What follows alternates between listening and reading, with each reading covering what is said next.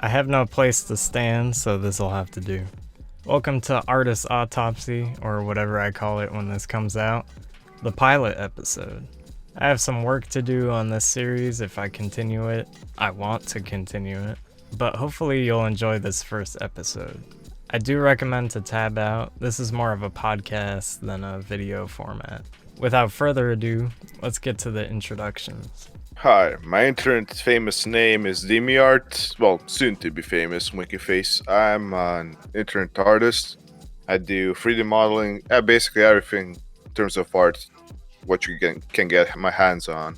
And I'm cool, I guess, Serbian, yeah, sure.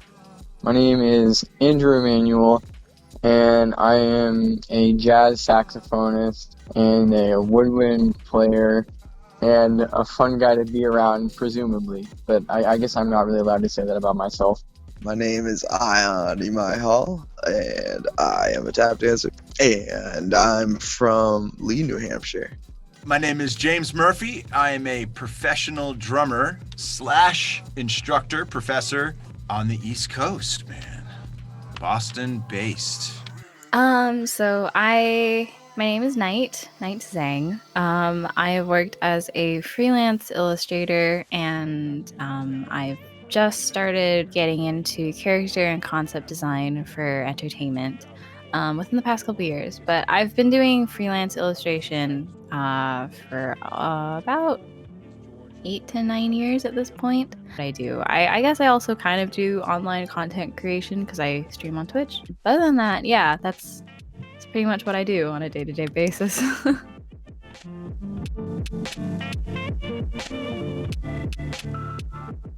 Alright, question 1. A bit of a loaded question. Feel free to disagree with the presupposition. The question is, how do you stay motivated knowing you'll never be the artist you want to be? Well, first off is where you're finding the question, like what artist I want to be.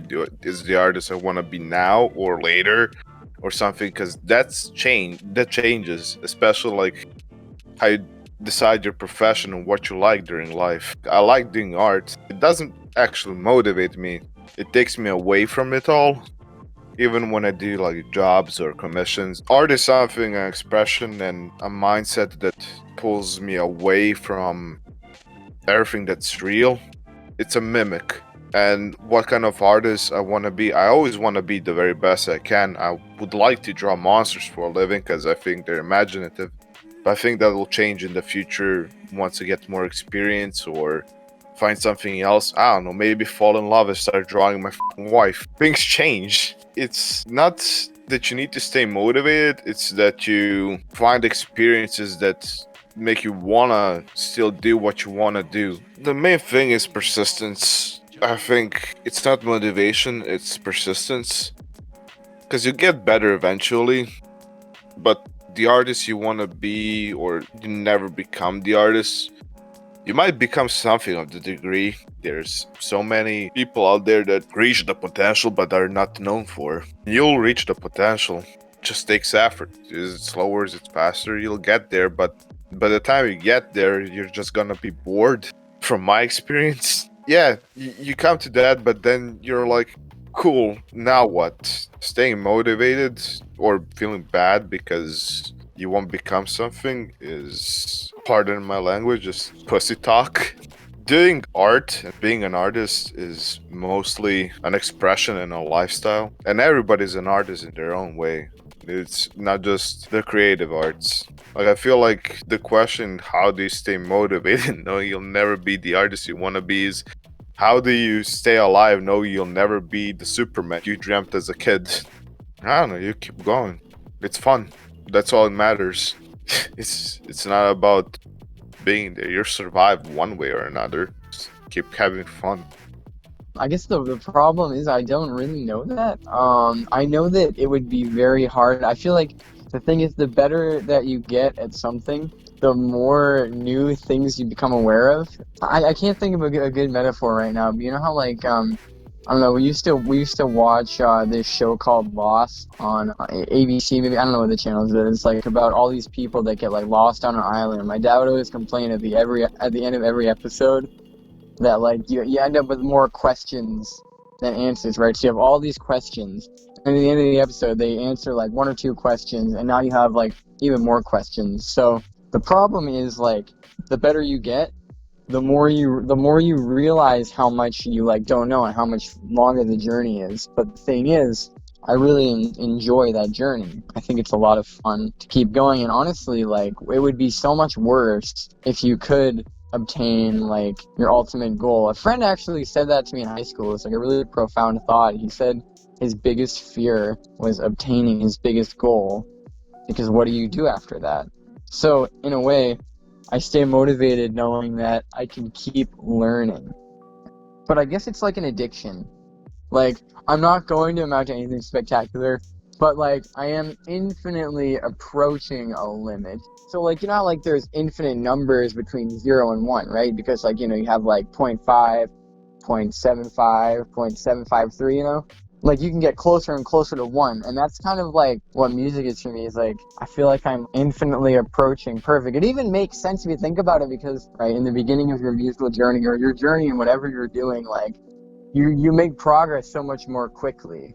I had a teacher who said like playing an instrument or mastering a skill is a lot like walking into a dark room with a candle, right? If you take one candle and bring it into a dark room, you're going to be like, oh my god, like I can see things now.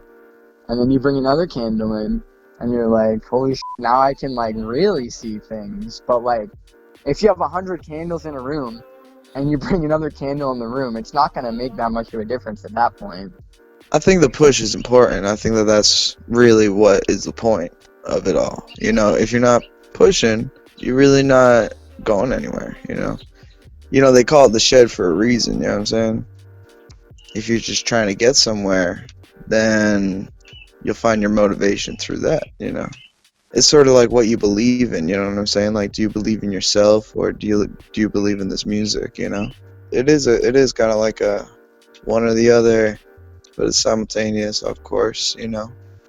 Because what you find is something that you can believe in within the music, and it's your own discovery, I suppose.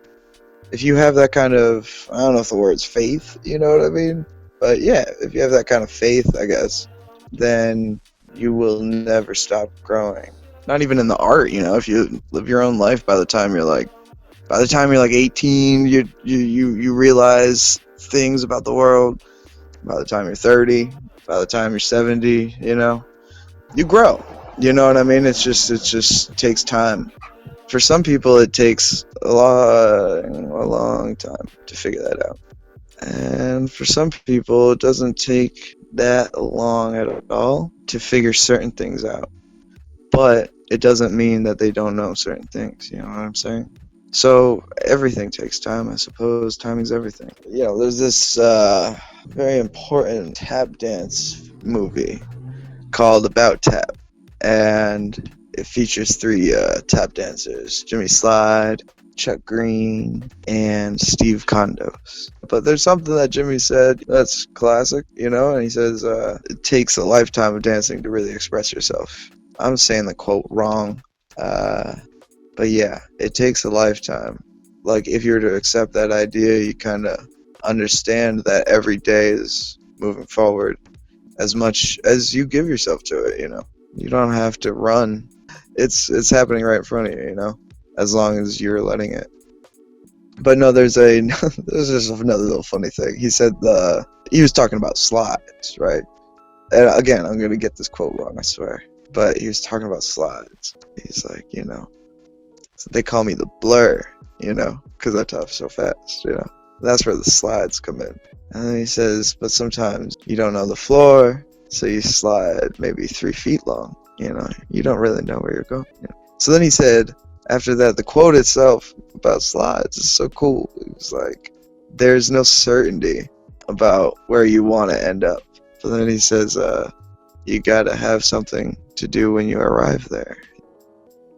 I think that question for myself has sort of morphed over the years, because when I was younger, so I'm 39, so I would say when I was in college, the idea of being an artist was a little bit more at the forefront of my development of my career, meaning that I was playing for a club band called Elephant House, and it was a power trio, and we were going to become famous, and we were going to be real artists, meaning we were going to write our own music, we were going to perform it, we were going to own the rights, and we were going to sign a deal with a major label, and that was it. That's I put my eggs in that basket for my, the point where I graduated from Berkeley into my early 20s till about I was 24. We were cooking, bro. We got signed by a independent label. They funded a record. We sold about 3,000 units, and we were really cooking. We got the attention of Sony Records, and I had that moment of like, we're gonna do it. We're gonna sign this contract, and I'm gonna be a real artist. We do the showcase, and at the end of the showcase, they're like, hey, you guys are so great. We love you. You'd be great. We're gonna go with someone else, but if you guys could just like really work on your image, you could have a good shot. And that's what broke me. And I give that example to students and people who ask me these kinds of questions because that was a turning point in my career where I said, F this artist stuff. I want to be a professional drummer, and I want to make a living and be able to support my family and pay my rent and pay my bills by playing the drums. And that's where I kind of pushed out this idea that I really wanted to be an artist, because to have someone to like put all this blood, sweat, and tears into a project and have these suits tell me no, it broke my heart. And I didn't ever want to have that happen again. So from then on in, I quit the band, right? I was like, F you, I'm out of here. Who's coming with me? And I left the band and I became a sideman, and I started working in a completely different circuit. I'd already established my reputation. I had some endorsements that I had gotten from that gig. And a few months later, I auditioned for Blue Man Group, and that really changed my direction, because at that point, you're more of like, you're an employee. Like, the artistry side of things, I started to kind of lose track of. And my motivation, because your question says, how do you stay motivated knowing you can't become the artist? Well, at that point, I said F you to the artist anyway and became motivated by the business side and money. I became motivated by money. And I had life things going on at the time that required me to be bringing in a certain amount of money. So I found that by me not focusing on the artistry and focusing more on this business side, I was actually starting to make more money. Blue Man Group was one of them. Like, obviously you had to be an artist, but it was totally different because you had to be the artist that they wanted you to be. So they were also kind of taking that ball out of your court anyway. And I was like, take it. That's why they loved me. I never argued about that shit. I just said, what do you want me to do? I'll do it. And my practicing started to emulate that. I became much more about technical practicing and just being someone who could facilitate what someone else wanted. And that's how I stayed motivated until about my early 30s. And I think the transition back over to me wanting to become more of an individual as a player was kind of based on a little bit of financial freedom.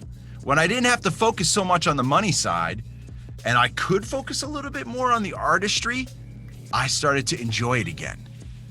So from the point where I was 24 all the way till like maybe 30, I could say 10 years, probably 10 years, bro.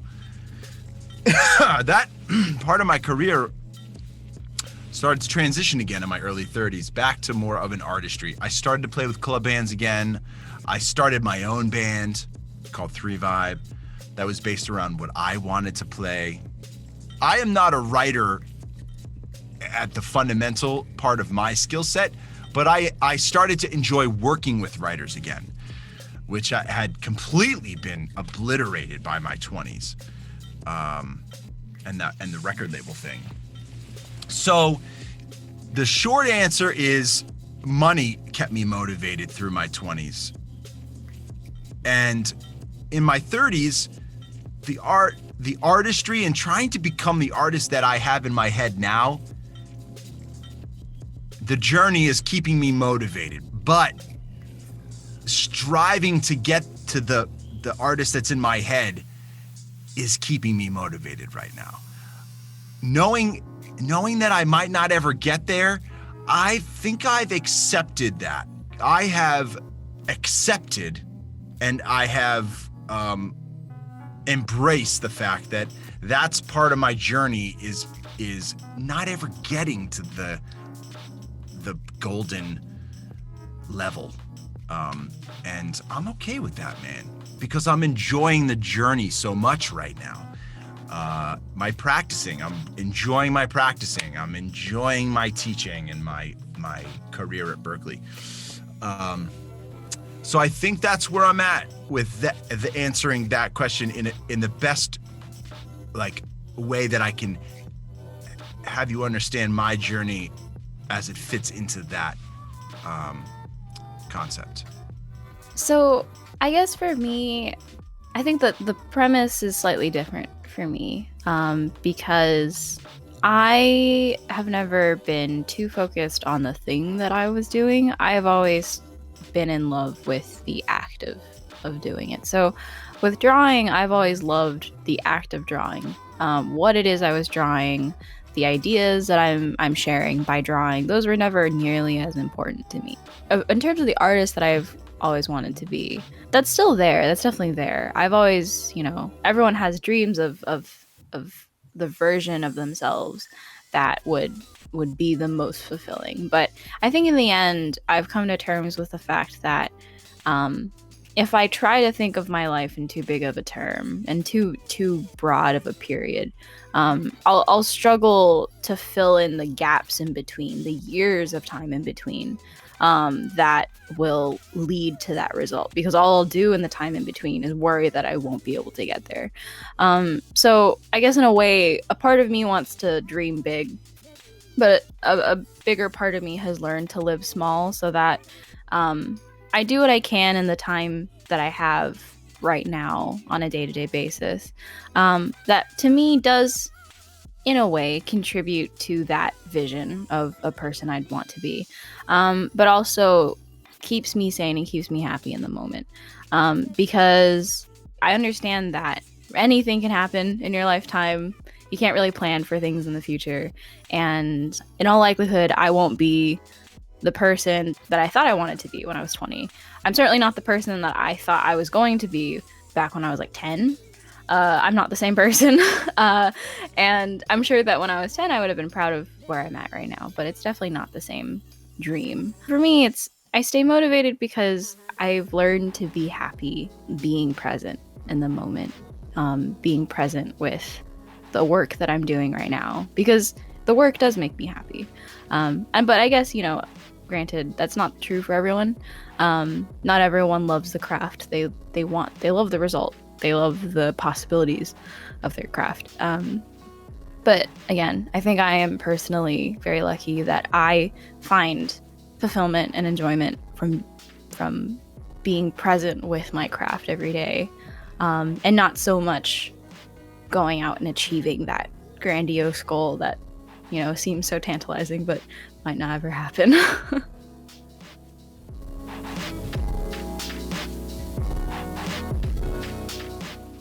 Now with the main question out of the way, let's change gears a bit.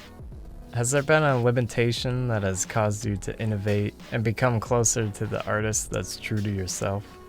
I was always good at anatomy, but never was good at dynamic storytelling pieces. by proxy, I started thinking about it more and started writing more. I started reading more, actually. Just because I couldn't have the skill level of doing dramatic poses. Back to the topic of just game splash arts or, comics. Like I usually could just make static poses. Even then, like I couldn't get the feeling of some illustrations or movies or projects I've been doing for. So I started writing more, got good at it, started writing screenplays. I even started reading books to get a feel of it. You can broaden your specter of creativity not just by one way, but if you have a limitation that you're trying to overcome, or try other mediums that diverge you back into the problem you're trying to solve. There's a lot of ways to go through the crutch or your limits by bypassing it with other stuff that are not in the same category of that limit.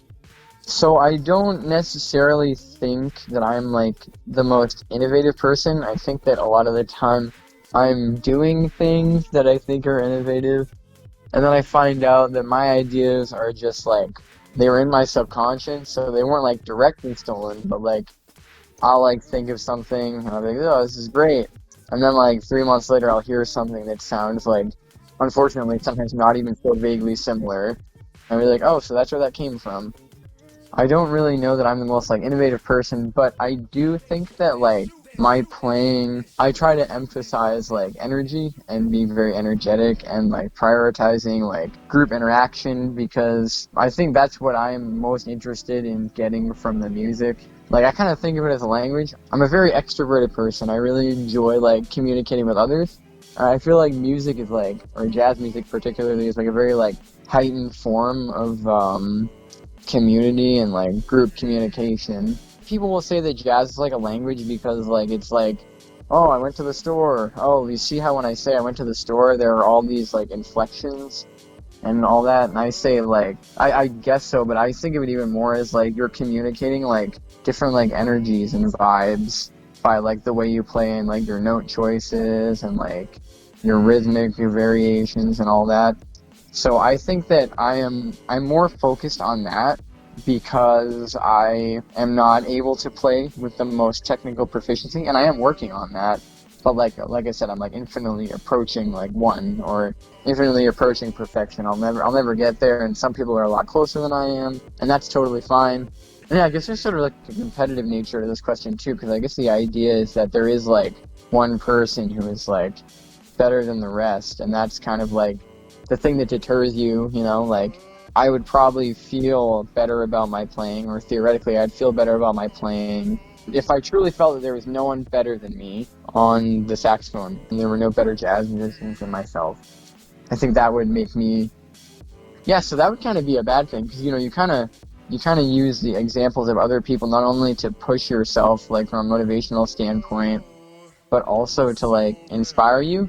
It's kind of like a shortcut, right? So every person that has come before me has made it easier for me to innovate because they've already laid the foundation. All this stuff that they had to figure out, I just get to steal from them. So that makes that incredibly easy for me. Well, not incredibly easy, but easier than it was for them. The emphasis becomes group interaction for me, but even then, like, there are people that are going to be able to, like, click and interact with each other, like, better, if you can even quantify that sort of thing. Like, there are people that are going to be more preferable to a refined ear, to the ear of a refined musician, than my particular variety of jazz and group interaction. But my hope is that people have enough time to check out a lot of different artists, and maybe something about the way I play can speak to someone, even if everything that I try to do can be done better by like someone else. But I used to think that I was really good at like inserting like humorous quotes into my playing and trying to sort of be like a more humorous musician. But even then, there are people that do that better than me. The idea is to be very unique, and then hopefully my playing will speak to someone. My answer is probably no. Well, I'll put it this way, though. I'll just say this one thing about it. It's simply that the tap dance for sure came from that. That's limitation. So I'm not going to say I necessarily have done that. But what I do comes from slave masters taking drums away from the slaves, and the slaves basically just adapted. There's plenty of dancing and plenty of rhythms used as communication amongst, I suppose, different cultures, different tribes. But I again, I won't say specifically, right? I can't say that. But that's where it comes from. It comes from straight up limitation, and then it follows that history. You look up the cakewalk. It's like the only time, it was like a ceremony where slaves would perform a dance where they were basically making fun of the white folk. And then the white folk would judge them and then give them a cake, to the winning partners, I guess. It was crazy. It's just like crazy, weird limitations, you call it, you know what I mean? But anyways, I suppose the point is that that's where it sort of began its birth of what we know of it today. The tap dance that we do today, you know what I mean? So, me, no, I guess not. I haven't really done that. I haven't innovated anything, but tap dance has totally innovated itself, And I'm just happy to be a part of it, I guess. That's the point. So the limitation was soloing. The innovation was the glue method. And the basis was gospel drumming. The struggle was, my inability to be effective in a solo environment helped to drive my creation of the glue method. I had been studying with players that were amazing soloists, virtuosic. These guys were amazing. They also had methods, and I was a good student. I studied, I worked hard, and it just wasn't connecting. I went off on my own. Gospel drumming was becoming popular. I had the opportunity to hang with some of those early cats, and I honored the fact of where that phrasing and inflection was coming from. So I studied that, but still there was no method on how to develop freedom with that type of vocabulary. And that's when I started to put building blocks in place based on my own journey that I called the glue method. Early on, obviously, it wasn't called the glue method. It was just the process I came up in order to develop some type of memorization, organization, and cataloging of a set of stickings that not necessarily were original, but the inflection and the placement, the dynamic shaping, the orchestrations started to be something that was original. And that kind of goes back to my other statement of what keeps me motivated on this journey. This is something that keeps me motivated, is my method, the glue method. I'm constantly practicing it, constantly innovating with it. And I have a lot of people studying with it too. And I feel like it was truly born out of a struggle that I had, a shortcoming in my playing, that I was able to transition out of and feel like I'm better at it. I'm not where I want to be, relating it back to what you said before about constantly chasing that golden level. But you know what, man? I'm moving forward with it though. And that's being completely honest about that, Yeah, because I'm trying to base it a little bit more on drumming and not in life. Because there's a lot of struggles that we have along the way in life that we have to innovate in order to overcome. But in drumming, it's slightly different because some of those things are based in the physical realm. They could be based in hang-ups, you have with your ego. And for me, it was really a skill that it was elusive for years for me, that I was able to figure out on my own. I've always been the kind of person that has wanted to dip into a lot of different pools. I have picked up random hobbies. I'm not good at any of them, but I picked them up anyway. So I'm aware of things that happen in different, in other, I guess, like job circles around me. So animation, I'm aware of what happens in concept art for both games and film. And so for me, I guess it's tough to define like limited ability, but I guess I'll take it in a different direction where I think art's very isolating. Being an artist, specifically a visual artist, it is very easy to isolate yourself because you don't really have to work with other people when you're just an illustrator. When you're an animator, when you're working on a team, it's different because you have a team. You need to have a team. That's how it works. But when you're just doing illustration, when you're just doing your own thing, it's really easy to get into your own echo chamber with what you do, what you consume, what you see, what you take in. And it's really damaging in a lot of ways that I don't think I recognized when I was younger, and I don't think a lot of people recognize when they're younger, that allowing yourself to close up in this space where it's just you and your ideas, it does damage you in your mental state, in your emotional state, in your art as well.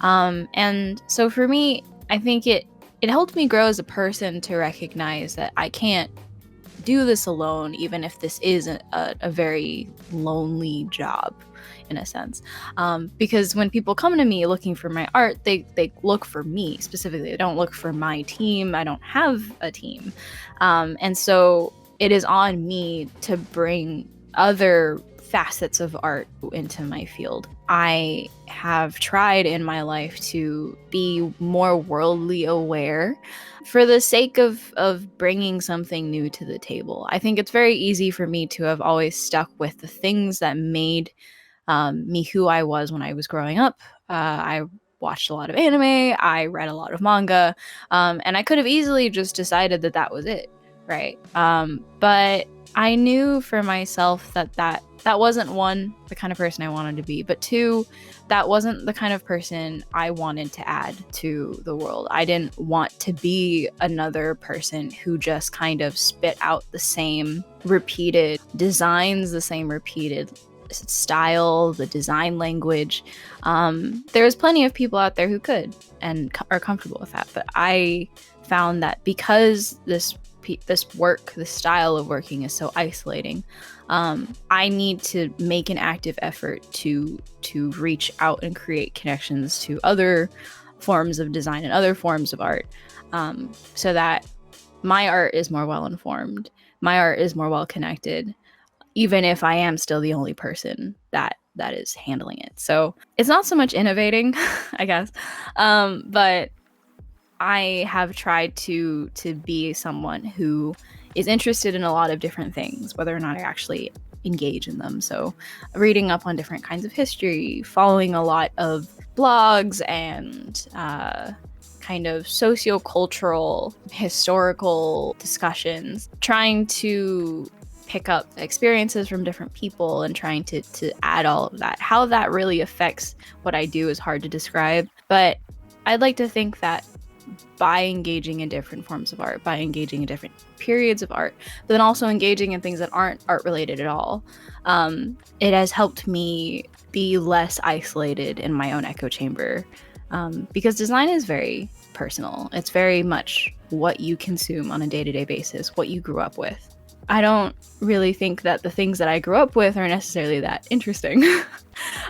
So as I grew up, I wanted to find ways that would color my work in ways that maybe some young artist has never considered, so that maybe in the future when they're off doing whatever cool things they're going to do, they'll remember that, maybe you should give that Google a try and you should try and find some really weird niche but totally interesting culture that you've never considered, and bring stories and the way that they talk and the way that they've lived into things that you do, whether it's your illustration, your stories, your designs. There's so many possibilities to connect yourself to the world at large, not just living in the classic version of a fantasy genre, the classic version of a sci-fi genre, or even literally just following the trend of the newest design philosophy on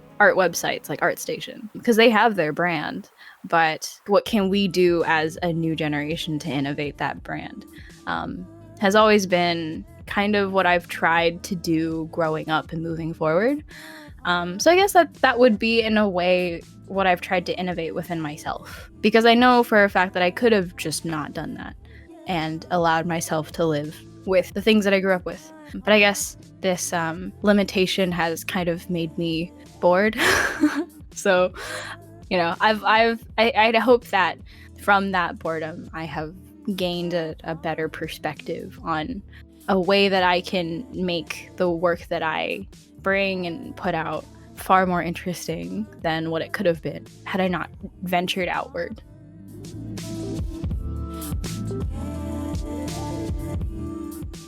Final question. What's one thing you would tell someone struggling with the first question? Yeah, boy, I'm gonna be rude because I'm rude to everybody. Fuck you and just do it. Like, nobody cares. You're gonna be a nobody till you're somebody. That's what I tell myself. Might as well struggle while you can. There's two options. You either struggle or you just be there and pity yourself. I would rather just struggle and then be tired enough to go to sleep and dream and then repeat the day, than be tired the whole day. You do it.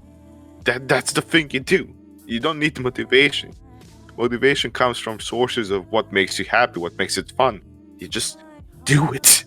Don't be like, I can't do it. No, it's not that you can't, it's just that you don't try because you're like, this is a waste of my time. What else are you gonna do? You're gonna watch Pokemon Go to Rule 34, see a fucking, I don't know, Charmander like with tits, jerk off, and then be sad again. No, just sit down and fucking write. Sit down and do music. Like, you're gonna be trash or you're gonna be demotivated. Like, that's fucking life. Like, you're not gonna be happy, cheery up all day. You're not a gypsy elf or some other shit. You don't need to be fucking motivated. You just gotta do it till you're happy. Like, it's easy. Everything is easy. It just takes effort. I would say that if it helps, you're not alone. Everyone feels that way. Everyone knows that they're not the best. I mean, even the greatest jazz saxophonists. I watched a live video of Chris Potter playing just a cappella, solo saxophone, and he was talking about a recording that Mike Brecker did. He was like, oh, I can't even do that. And it's like, but dude, you're the best saxophone player alive right now. But even he feels, someone's better than him. And then Mike Brecker, I guess, maybe famously or not so famously, I just heard this in one YouTube video, but someone said, Mike Brecker, what does it feel like to be the best saxophone player alive? And he said, I don't know, you'd have to ask George Garzone. There are many things you could tell someone, but people tend to talk a lot. I tend to talk a lot. So if it has to be one thing, can it be two things? Just, you're not alone. And I guess everything, all the stuff that I said before is should be true for anyone. You should be able to feel like you can bring something unique to the table. And people don't have time only to enjoy one artist. If we had to commit ourselves to one artist, there are some pretty famous people that would be missing out on a lot of viewers or a lot of consumers. Makes it sound so industrial.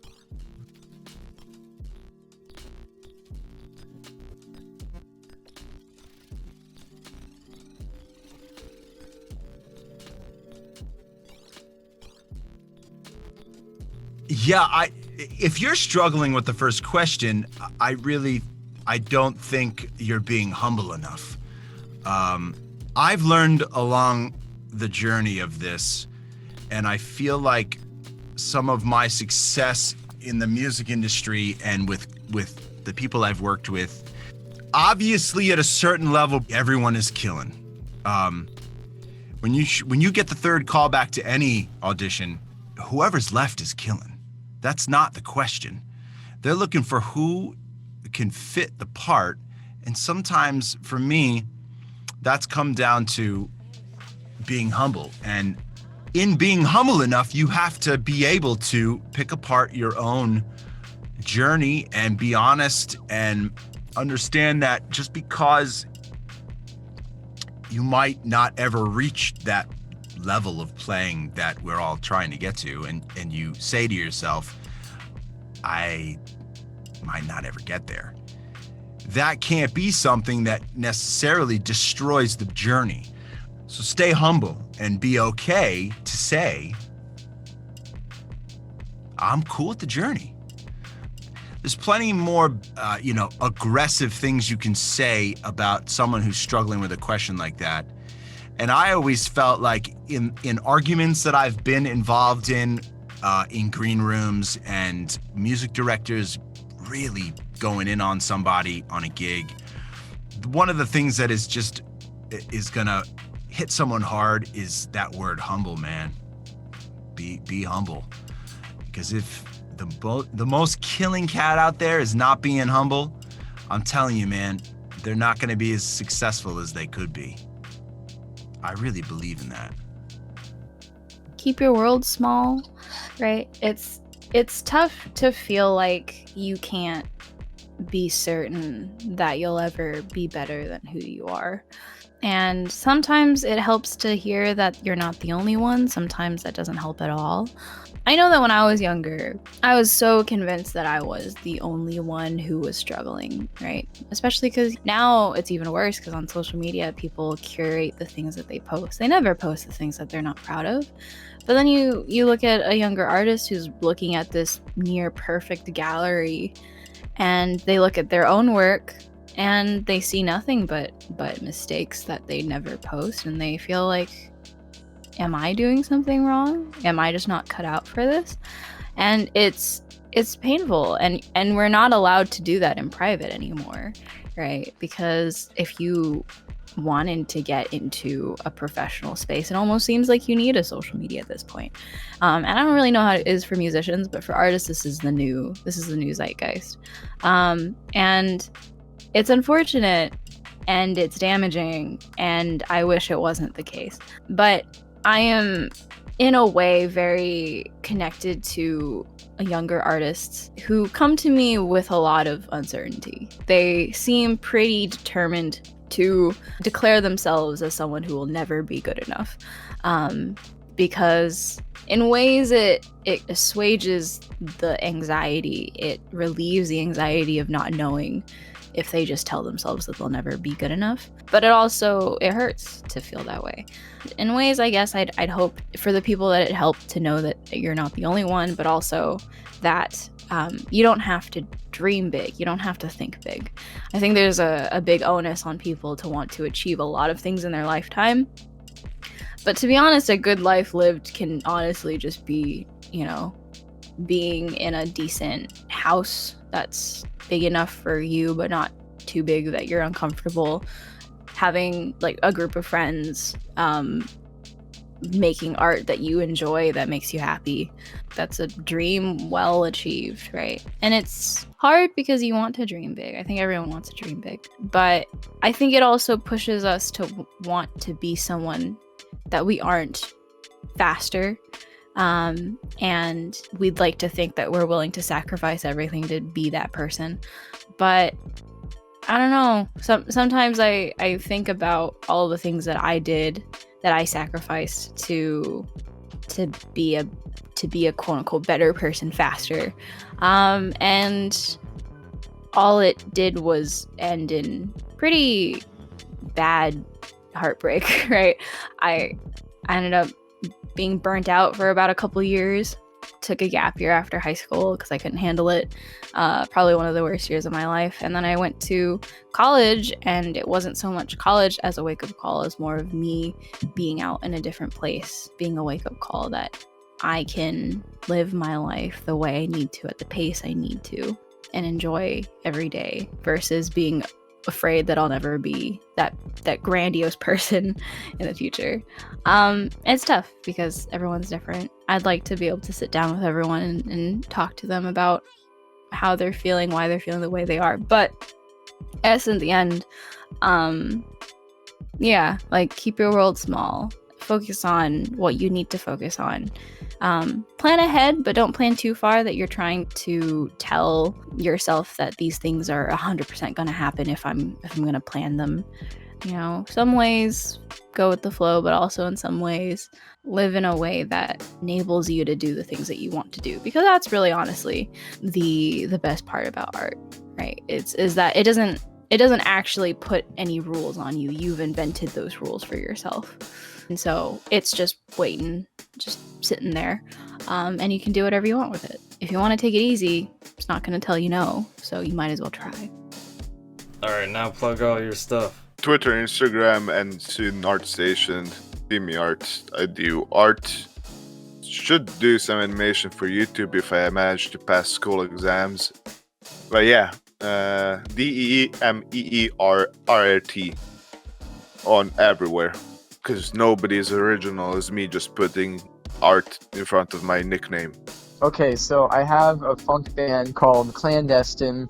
It's a funk group / like jazz group / whatever the gig calls for. We're basically a group that does instrumental covers of, more air quotes, like popular and air quotes music. And then I also have the Clandestine Jazz Collective, and that's just me playing jazz with whoever is available that day. And I love that. My plug for myself is that people who study with me, work with me, I feel like I'm an honest person with helping people with their journey. Online or in person, I'm always just trying to help with wherever the player is in their part of the journey. If that connects with you, you should hit me up. Whether it's a financial thing and it's peaceanddrums.com, or if it's the private thing on Zoom or any platform, because I believe in what I do and I believe in my students. I'm the same name everywhere, really. On Instagram, Twitter, and ArtStation are the 3 main places that I still post now. And I also stream art on Twitch every Friday and sometimes other days of the week, but not often because I'm lazy.